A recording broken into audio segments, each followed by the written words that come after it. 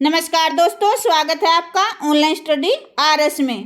आज हम रसखान जी पर चर्चा करेंगे। रसखान जी भले ही मुसलमान कवि थे, परंतु उन्होंने कृष्ण भक्ति को ही अपना सब कुछ मान लिया था। उन्होंने श्री कृष्ण के सगुण रूप की लीलाओं का बहुत ही सुंदर ढंग से वर्णन किया है, जैसे बाल लीला, रास लीला, कुंज लीला। तो चलिए सबसे पहले हम इनके जीवन परिचय के बारे में जान लेते हैं। रसखान जी ये कृष्ण भक्त कवि थे। इनका वास्तविक नाम सैयद इब्राहिम था। जन्म अलग अलग विद्वानों के इनके जन्म के विषय में अलग अलग मत हैं। कुछ विद्वानों ने इनका जन्म 1548 ईस्वी माना है, परंतु डॉक्टर नगेंद्र ने इनका जन्म लगभग 1533 ईस्वी के आसपास ही माना है। जन्म स्थान इनका जन्म स्थान दिल्ली है। जाति से मुसलमान थे। भक्ति रसखान जी कृष्ण भक्त थे। गुरु इनके गुरु का नाम गोस्वामी विठलनाथ जी है। संप्रदाय ये वल्लभ संप्रदाय से दीक्षित थे। इनकी मृत्यु 1618 ईस्वी मानी गई है। रचनाएं रसखान जी की वैसे तो बहुत सारी रचनाएं हैं, परंतु इनकी मुख्य रूप से 4 रचनाएं ही उपलब्ध हैं। सबसे पहले है सुजान रसखान, प्रेम वाटिका, दान लीला, अष्टयाम। सबसे पहले है सुजान रसखान। इसमें 181 सवैया हैं, 17 कवित्त, 12 दोहा, 4 सोठा और कुल 214 छंद हैं। नेक्स्ट है प्रेम वाटिका। इसमें 53 दोहों की लघु काव्य कृति है और इसका रचना काल 1614 ईस्वी माना गया है। नेक्स्ट है दान लीला। इसमें 11 छंदों का खंड काव्य है। नेक्स्ट है अष्टयाम। इसमें कृष्ण की दिनचर्या का वर्णन है। नेक्स्ट है साहित्यिक विशेषताएं, भाव पक्ष। सबसे पहले है भक्ति भावना। रसखान जी श्री कृष्ण के भक्त थे। रसखान आरंभ से ही बड़े प्रेमी स्वभाव के व्यक्ति थे। उनका लौकिक प्रेम भगवान कृष्ण के प्रति अलौकिक प्रेम में परिवर्तित हो गया। उन्होंने कृष्ण के बाल रूप का बहुत ही सुंदर ढंग से वर्णन किया है। एक उदाहरण देखिए।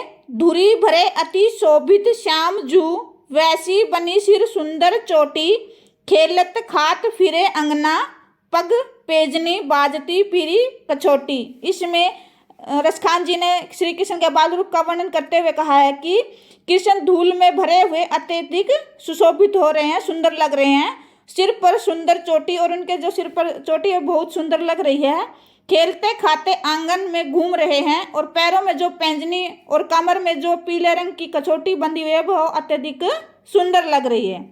नेक्स्ट है प्रेम की अभिव्यक्ति। रसखान जी ने श्री कृष्ण के प्रति अपने अनन्य प्रेम को अभिव्यक्त किया है। श्री कृष्ण को कभी बाल रूप में, कभी राधा कृष्ण गोपियों के साथ क्रीड़ा करते हुए अपने भाव को व्यक्त किया है। नेक्स्ट है प्रकृति चित्रण। रसखान जी ने प्रकृति का भी बहुत ही सुंदर ढंग से वर्णन किया है। जहाँ श्री कृष्ण क्रीड़ा करते थे वहाँ के वन, जलाशय, पेड़ पौधे, गायें और वहाँ के जो प्रकृति है वहाँ का बहुत ही सुंदर ढंग से वर्णन किया है। एक उदाहरण देखिए। रसखान कबो इन आखिन सो, ब्रज के वन बाग तड़ाग निहारो, कोटिक एक कल धोत के धाम, करील के कुंज ऊपर वारो। इसमें रसखान जी प्रकृति का सुंदर वर्णन करते हुए कहते हैं कि वे स्थान बहुत प्रिय है जहाँ जहाँ श्री कृष्ण ने अपनी लीलाएं रचाई थी। रसखान जी उन वनों, बागों और तालाबों को देखना चाहते हैं जहाँ श्री कृष्ण गोपियों के साथ विचरण करते थे, घूमते थे, क्रीड़ा करते थे। श्री कृष्ण के प्रति अपनी भक्ति प्रकट करते हुए रसखान जी कहते हैं कि वे करील के पेड़ों के उन समूह के ऊपर सोने से बने करोड़ों महल भी न्यौछावर करने को तैयार हैं जहाँ श्री कृष्ण लीलाएं रचाते थे। नेक्स्ट है सौंदर्य वर्णन। सौंदर्य वर्णन में रसखान जी ने वहाँ के रीति रिवाज, रहन सहन, वहाँ का वातावरण का बहुत ही सुंदर ढंग से वर्णन किया है। उन्होंने स्वयं को कहा कि यदि वह मनुष्य रूप में जन्म लेंगे तो वो गोकुल में जन्म लेना चाहते हैं। वहाँ के गाय, पशु पक्षियों, पहाड़ों, जलाशयों के साथ जीवन व्यतीत करना चाहते हैं जहाँ श्री कृष्ण ने क्रीड़ाएं की हैं। एक उदाहरण देखिए। मानुष हो तो वही रसखान, बसो संग गोकुल गांव के गवारन। इसमें रसखान जी कहते हैं कि अगले जन्म में यदि मैं मनुष्य रूप में जन्म लूं तो मैं गोकुल के ग्वालों और गायों के बीच में रहना चाहूँगा। नेक्स्ट है ब्रज भूमि के प्रति अनुराग। रसखान जी ब्रज के भूमि जो है वो उसके प्रति भी अपना प्रेम प्रकट करते हैं। वो उस भूमि पर रहना चाहते हैं जहाँ श्री कृष्ण ने अनेक क्रीड़ाएं की और जीवन व्यतीत किया, वो भी उस भूमि को अनुभव करना चाहते हैं। नेक्स्ट है कला पक्ष। सबसे पहले है भाषा। रसखान जी ने शुद्ध साहित्यिक सहज सरल भाषा ब्रज भाषा का प्रयोग किया है। छंद, इन्होंने कवि सवैया छंदों का प्रयोग किया है। इन्होंने अन्य जो कृष्ण भक्त कवि थे उनकी तरह के पदों का प्रयोग न करके कवि सवैया छंदों का प्रयोग किया है। नेक्स्ट है रस। इन्होंने श्रृंगार, वात्सल्य रस, शांत रस का प्रयोग किया है। वात्सल्य रस का एक सुंदर उदाहरण देखिए। मोर पंखा सिर ऊपर राखी हो, गुंज की माल गले पहिरोगी। इसमें दो गोपियां बातें कर रही हैं। पहली पूछती है कि यदि तुम श्री कृष्ण के प्रति अपने प्रेम को कैसे प्रकट करोगी। दूसरी कहती है कि मैं उनका रूप धारण कर लूंगी और सिर पर मोर पंख बांध लूंगी और गले में गुंजा की माला पहन लूंगी।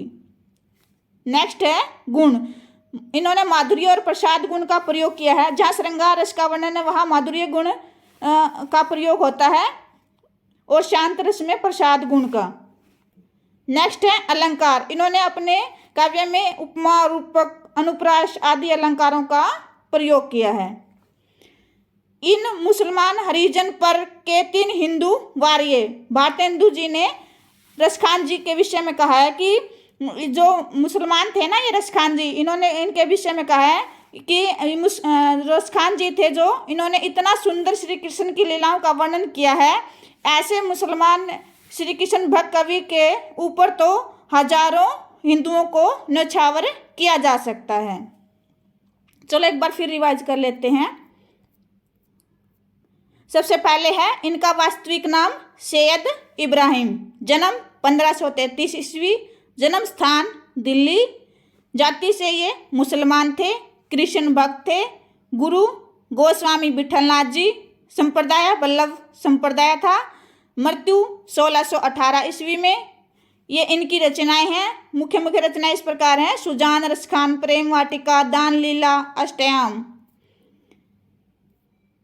भाव पक्ष में भक्ति भावना, प्रेम की अभिव्यक्ति, प्रकृति चित्रण, सौंदर्य वर्णन, ब्रजभूमि के प्रति अनुराग। आशा करते हैं आज का ये वीडियो आपको अच्छा लगा होगा। नेक्स्ट वीडियो में नए टॉपिक के साथ मिलेंगे। धन्यवाद।